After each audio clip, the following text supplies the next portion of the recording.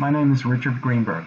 Born and raised on the East Coast for my first 58 years, then moved to Dallas to channel my inner cowboy. Never been published, unless you count trash talking on the fraternity bulletin board. Never been nominated for a writing award or grant. Have intuitively known my whole life that I've been trying to fit my square-peggedness into a round hole. Just never seemed to work out. Until my ex-wife persuaded me to try a writing course. Typing away on my trusty keyboard, Roget's 2 at my side makes me aware. When I write, I feel alive. I live directly across the street from Forest Park High School.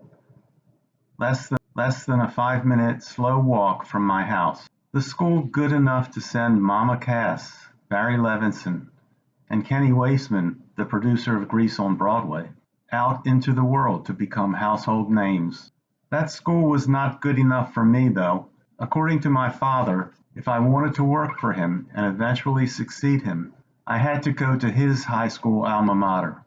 The fact that the school was an hour and a half and 2 bus rides away was not even close to being a deterrent to his edict. 1 hour on the southbound bus, 1/2 hour on the westbound one. Rinse repeat in the opposite direction for the ride home. Nor was the fact that I was 13 and had no real clue as to what he did, or if I even wanted to be in his line of succession.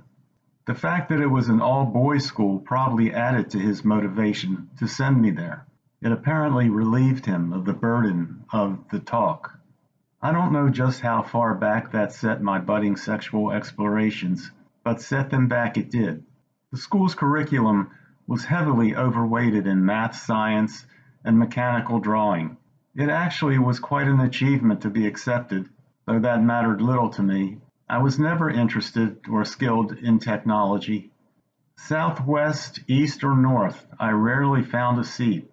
Juggling books, pre-backpack days, on bouncing, swerving buses was a talent in and of itself. Usually I stood in anger and frustrated silence. In the 4 official months of winter, standing on the dark corner, the only shelter a thin awning above the entrance to the not yet open neighborhood drugstore, waiting for the second bus was like being waterboarded with ice. Almost 3 hours of my day was spent on mass transit. I only graduated on time because the final exam in a class that was Greek to me was snowed out, never to be made up. First time in the history of the school that happened. My second week of college, the memories of those crowded buses, dirty, noisy, bumpy, smelly, either too hot or too cold, and too often late, and the stark realization that engineering my square-peggedness into a round hole was not my life's ambition, I switched majors.